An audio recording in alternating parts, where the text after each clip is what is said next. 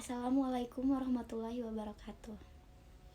Perkenalkan, saya Leni yang akan memoderatori kelompok 7 mata kuliah PAI yang beranggotakan saya sendiri, Leni Oktaviani, juga Nugraha Ramdhani, dan Elsa Sulistiani. Kami akan mempresentasikan materi ketujuh, yaitu makna-makna kata la ilaha illallah. Sebelumnya, saya akan membahas definisi tauhid dan definisi iman terlebih dahulu. Tauhid berasal dari kata bahasa Arab yang berarti menjadikan sesuatu satu atau esa. Tauhidullah berarti menjadikan, mengakui, dan meyakini bahwa Allah esa. Definisi tauhid ialah ilmu yang membahas wujud Allah, sifat-sifat yang mesti ada pada Allah, sifat-sifat yang boleh ada padanya, dan sifat-sifat yang tidak mungkin ada padanya.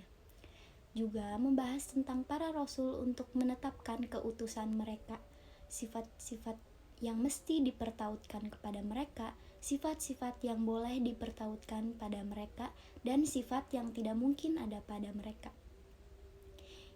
Iman. Kata iman berasal dari bahasa Arab al-iman. Iman memiliki pengertian yang beragam, yaitu membenarkan dalam hati, meyakini dalam hati, dan mengucapkan atau mengikrarkan dengan lisan. Juga membenarkan Rasul dengan segala apa yang datang dari Tuhannya. Definisi iman ialah membenarkan apa yang telah digambarkan oleh Allah Subhanahu wa Ta'ala tentang dirinya, Rasul-Rasulnya, dengan tidak perlu pembahasan, juga tidak dibantah, dan tidak perlu dipersoalkan, tidak ada penyerupaan, perumpamaan, serta tidak perlu ditafsirkan dan ditakwilkan. Makna-makna kata la ilaha illallah.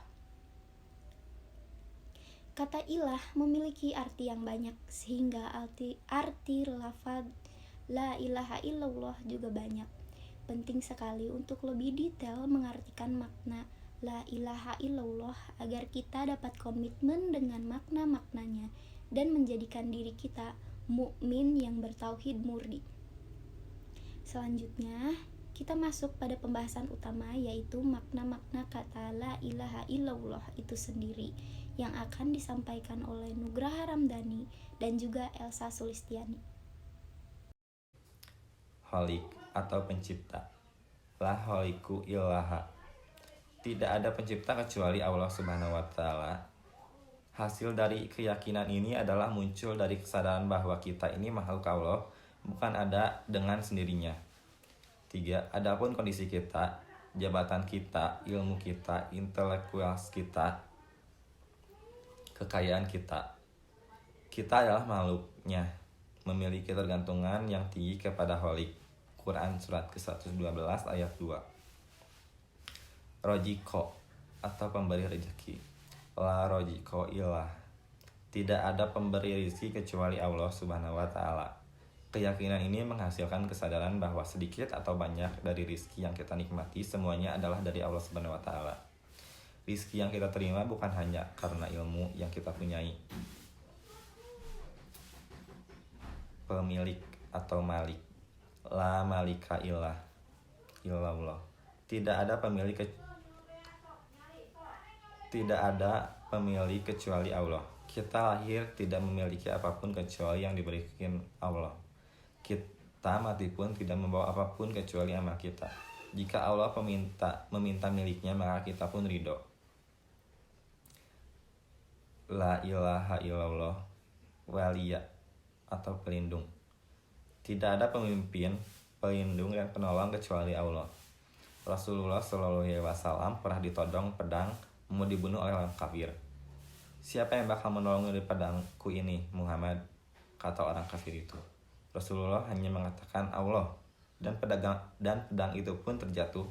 Beliau memungut pedang dengan menodongkan kepada orang kafir tersebut sambil berkata, siapa yang bisa menolong kamu ini dari pedang ini? Sambil gemetar orang itu menjawab, tidak ada ya Muhammad, kecuali engkau memaafkanku.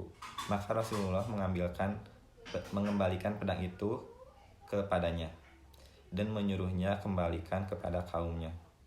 Akhirnya orang itu masuk Islam, bukan karena takut kepada Rasulullah, melainkan terkagum-kagum keagungan sifat beliau. Rasulullah bukan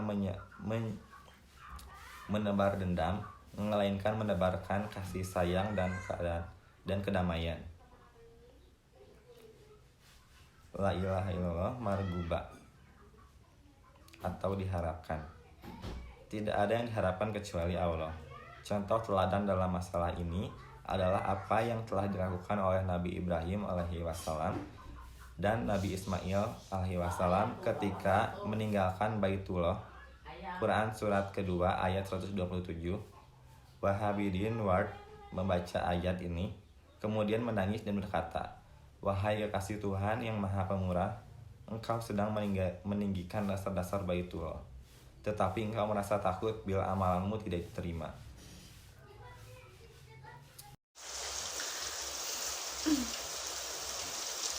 La ilaha illallah mujiba, yang mengabulkan doa. Tidak ada yang mengabulkan doa kecuali Allah Subhanahu wa taala. Berdoalah kepada Allah, pasti Allah akan mengabulkannya. Setiap kita membaca ayat ini seharusnya kita membaca doa dulu. Ayat 40-60. Aku mengabulkan doa apabila berdoa kepadaku.